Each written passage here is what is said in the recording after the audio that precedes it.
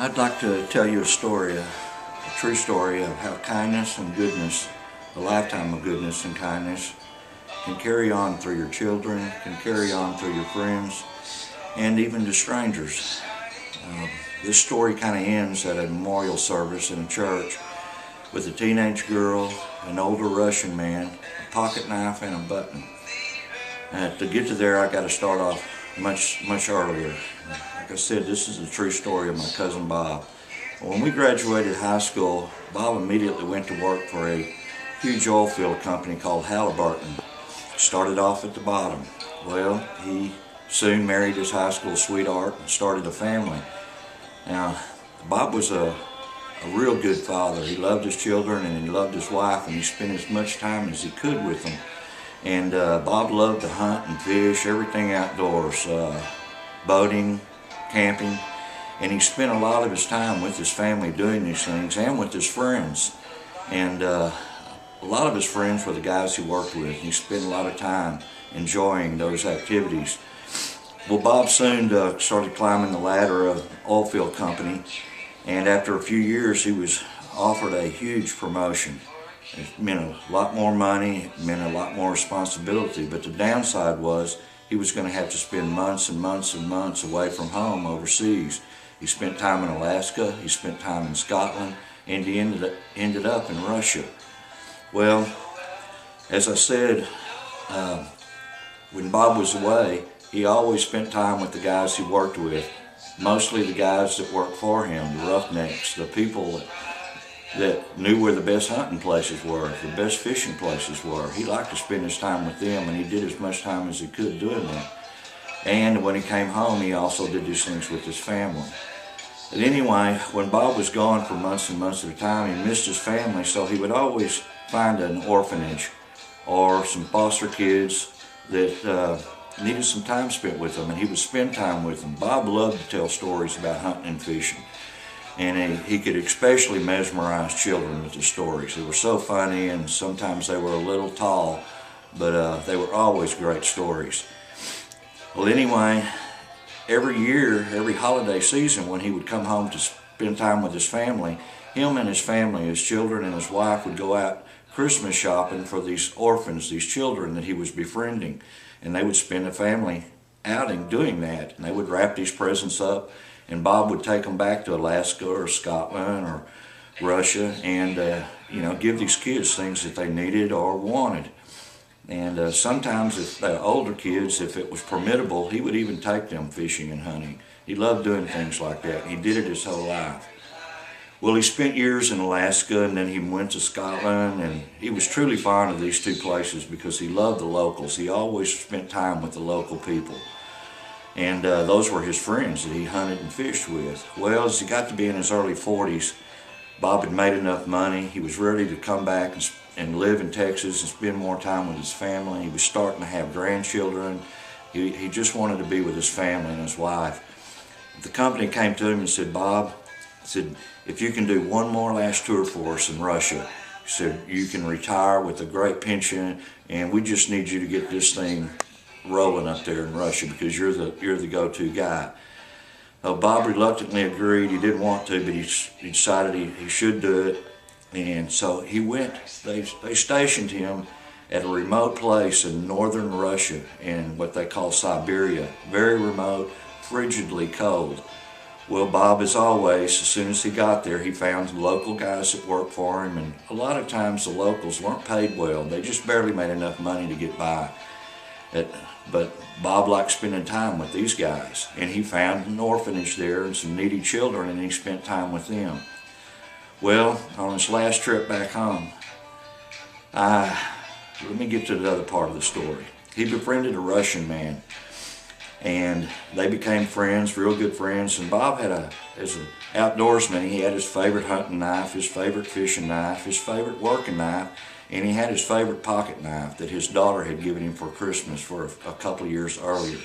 Well, this Russian man was just fascinated by this pocket knife. It was a modest little pocket knife, but it was a well-made one, and it was good for picking thorns and splinters out of your hands, and good for cleaning your fingernails, things that working guys needed.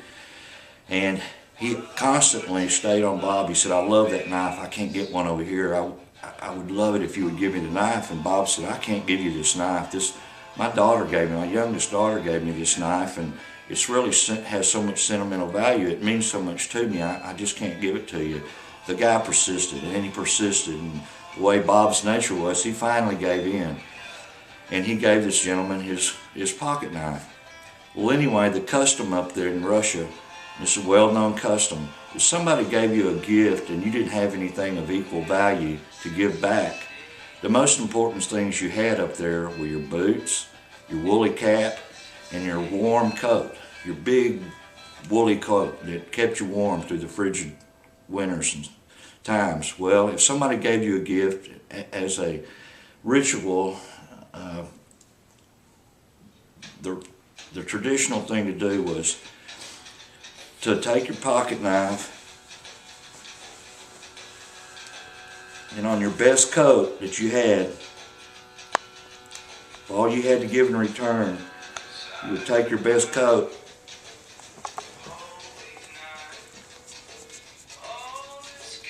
having a little trouble with this, and you would cut a button off of your best coat and you would give it to the person who had given you the gift. And that was symbolic of you're kind of destroying your warmth, you know, the best thing you got. And that was the tradition. Well, this gentleman did that, and he gave the button to Bob, and Bob kept it. Well, on his next visit back home for the holidays, as always, him and his family went out Christmas shopping for several of these orphans in Russia. And Bob carried them back in his usual fashion with a big bundle of wrapped Christmas presents.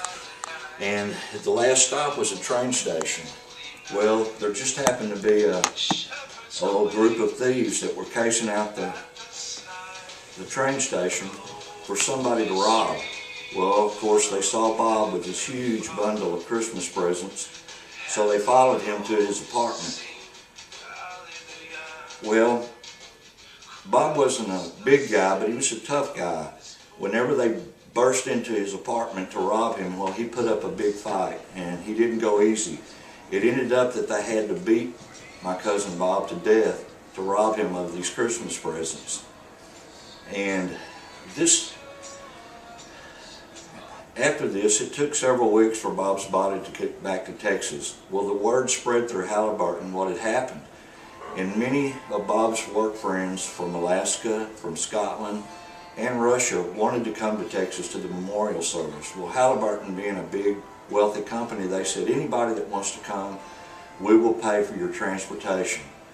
Well, at the memorial service, there were people from Alaska, there were people from Scotland, many family and friends were there, and this one man from Russia. Well, everybody got up, taking turns to tell stories of Bob's kindness, his goodness, his friendship.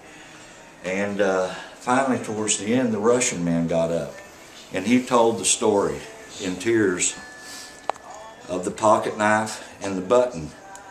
Anyway, at the end of his story, he asked that Bob's teenage daughter would come and stand by him, which she did. And he said, I want you to have this pocket knife that you gave your daddy. He was a good man. And Casey said, no, sir, I know the story of the pocket knife and the button because my daddy told me the story this year at Christmas. And in fact, I now have the button. And my daddy wanted you to have that pocket knife. So I tell you what, you keep the pocket knife and I'll keep the button, and we'll both have something to remind us of what a good and kind man my daddy was. And I guess, as you can imagine, it shook everybody up, but it was just symbolic of Bob's life and how his kindness had spread down to his daughter and to his friends and maybe even strangers. Well, we've come to a part in this service for the last few weeks where we spend some time in prayer and meditation. And I don't know if you've noticed on our prayer tables back there, there's some buttons. And we're going to have our time of meditation and prayer. And we thought maybe you might like to pick up a button to hold while you're in prayer and meditation. And it might help you to think of maybe somebody that's been kind and good to you your whole life.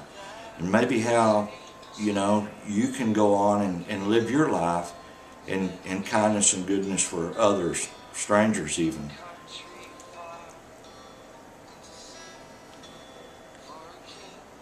Well, God bless you all.